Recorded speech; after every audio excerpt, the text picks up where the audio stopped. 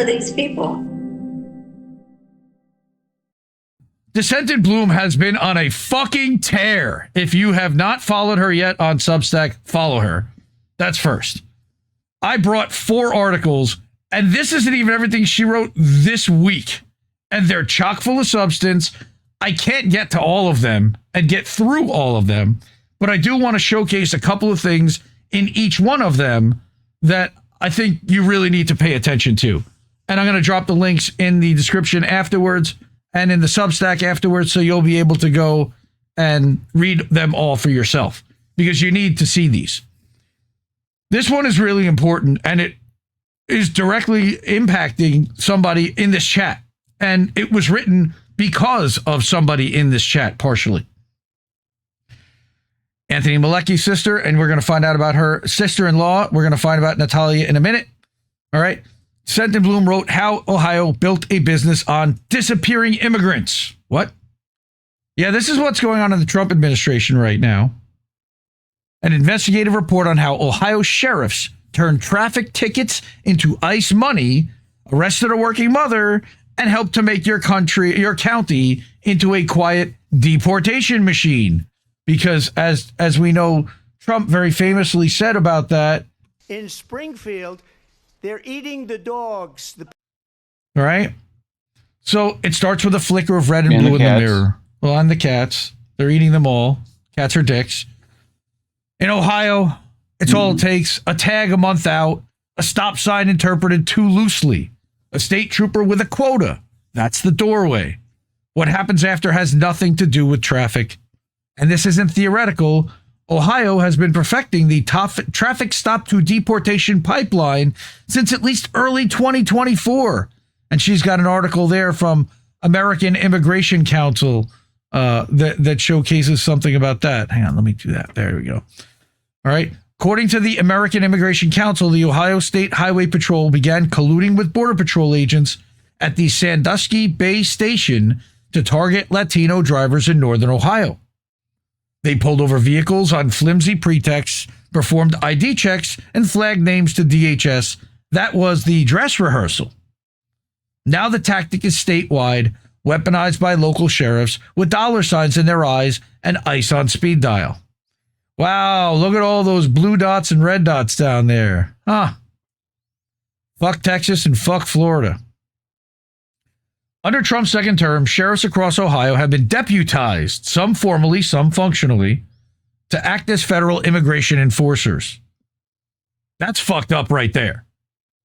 Through the 287G program, local cops can be trained and authorized to make civil immigration arrests, usually under the banner of quote-unquote public safety. Where have we seen this before?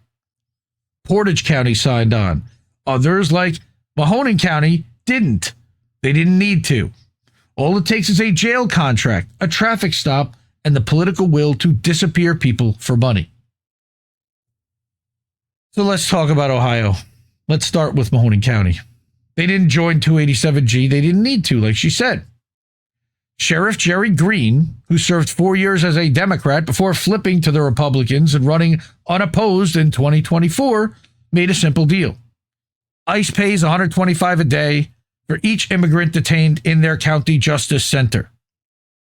And as soon as Trump got elected, I contacted ICE in Cleveland and Homeland Security in Detroit and discussed with them that I would certainly have some open bed space if they wanted to come out and take a look at us as at a particular facility that they wanted to be housing immigrants.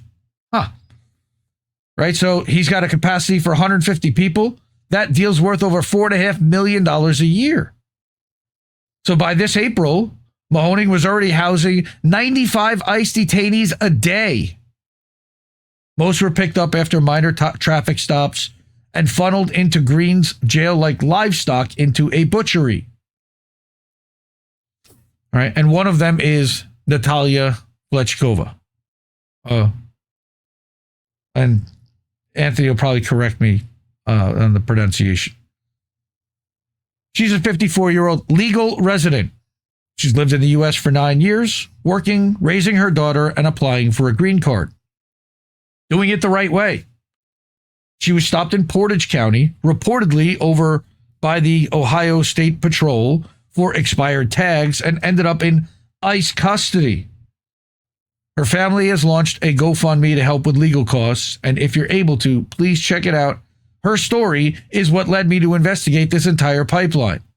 So literally, because of Anthony and because of this article was written and this entire investigation was done. Like in a day, by the way. This woman's incredible. Natalia's booking lists her as charged with federal immigration, whatever the fuck that is, and held in Mahoning County indefinitely, but she was arrested in Portage right next door. And Portage County, that's no ordinary county either. It's one that enthusiastically joined the 287G program.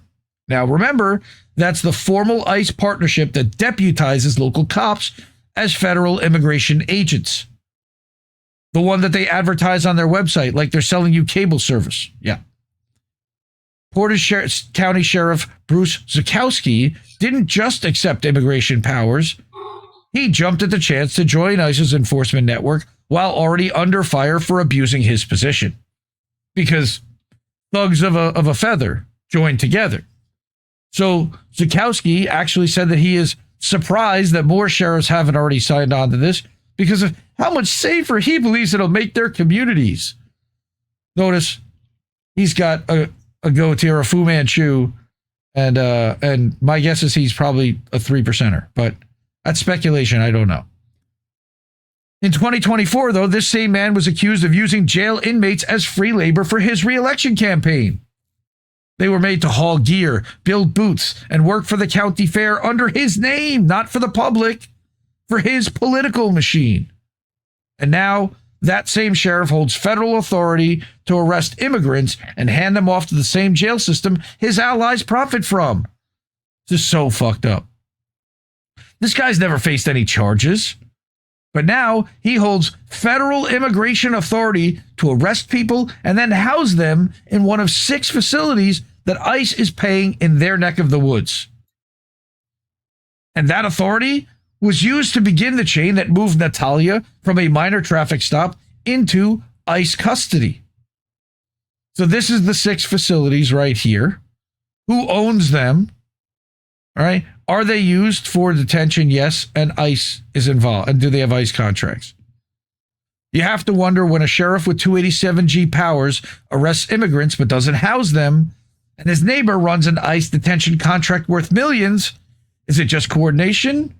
Or is it quiet, localized profiteering? Is there some kind of deal on the back end happening? Is one county kicking some of the money, Mahoning County kicking some to Portage for getting those immigrants sent over to be housed and make their profits? Zukowski makes the arrests, Green fills the beds, they both benefit, no paperwork required. She says, now I say this because records show us that Natalia isn't the only one. Again, no surprise. In recent weeks, Mahoning booking logs have been filled with Latino and Eastern European names marked as federal-other or federal immigration. No local charges, trials, or paperwork here. Just bodies moved like inventory. This echoes what's happened in Tennessee, in Georgia, Colorado, also in Louisiana.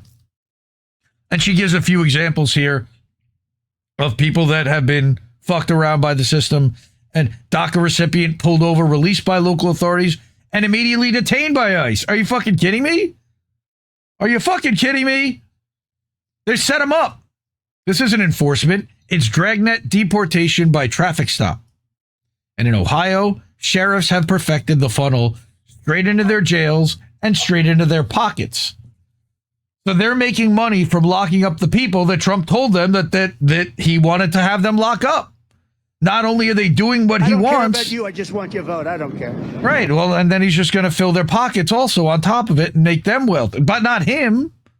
The system will make them wealthy. In early 2024, the American Immigration Council exposed a quiet, coordinated effort between Border Patrol agents and the Ohio State Highway Patrol. Then came the handoffs. Border Patrol was standing by, ID checks were called in, and people vanished. The report didn't make news for long, couple of headlines, a few statements. Then it slipped into silence. That's what they want. Law enforcement agencies across Ohio heard the message loud and clear. No one was going to stop them, so they didn't stop. Instead, sheriffs built on the model. They studied the gaps, formalized the pipeline, signed the paperwork, and made it all look legal. By the time this year rolled around, the deportation machine was already up and running. All it needed was fuel. That's people. And it came from traffic stops like the one that took Natalia. She wasn't an outlier. She was a test case. She was proof that their system works. Not the system, but their system. A legal resident with no criminal record, caught between county lines and jurisdictional doublespeak, pulled into ICE custody like it was the natural next step in a bureaucratic routine. Right away. It's scary. And now the logs in Mahoning keep filling up. Names marked federal other. No charges, no court dates, just bodies moved like freight. Eastern European, Latino, poor. In their minds, disposable. The sheriffs cash the checks, the jails fill the beds, and the lights keep flashing in rearview mirrors across the state.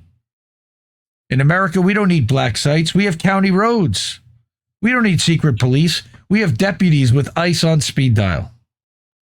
We don't need to disappear people in the night. We just need a taillight out, a judge who won't ask questions, and a country willing to look away. Ohio had already built the blueprint, and no one else is coming to tear it down unless we do. All right? So that's number one. And that's Natalia. We got to make more room for Ukrainian refugees. All right. So on Tuesday, Anthony posted on his Twitter, update on Natalia. Today we got her car out of impound finally after all the bullshit bureaucracy, them losing paperwork, etc. Now remember, she was taken into custody, I think in July or June. And her court date has been fast-tracked to Thursday, which I don't know what happened there. I didn't see the post. But where she will petition for a release on parole and a legal status change, we have an idea of how that's probably going to go, unfortunately. But I made a joke to him privately that her car got a faster due process than she did. What the fuck? Yeah. That's the car, by the way. Right? So this is the GoFundMe. They've raised over $1,000 for her already. She's going to need more than that to pay for lawyers and to cover costs while she's in jail. Remember, she is a working mother. She's got a kid. Driving a box truck. I guarantee you she's lost her job at this point. Thank you to everyone that has contributed and supported so far. And thank you to Dissent in Bloom for caring and writing this article. It, like, helping change lives. And Anthony, I'm sure, will give us an update that I'll put up later. We rely on you for our funding because we know you came here for actual news. So if you want to join that board and become another supporter like the people over there, incredible people, especially the people that are highlighted there, thank you so much. And Ralph Mejia, man, thank you again, hooking us up. And Kieran Pine this week, Dissent in Bloom, man, thank you. She also is a supporter of this network, and we really, really greatly appreciate that. Cash App, $ Indie News Network. No fees there. co-fi.com/Indie News Network, and it'll show up on screen. PayPal.me/Indie News Network. Do it as friends and family, no fees. IndieNewsNow.com is our news website where you can not just see INN stuff, but stuff across independent media that we believe in and support. And then at the Substacks at INNnewsletter.com, that's for the network. And IndieMediaToday.com, that's my newsletter where I publish alerts for this show, and all the clips for this show go out as individual podcasts on a daily basis every morning at 8:30 a.m. Eastern. Support independent media because we need it more than ever. We up out of here. Mwah.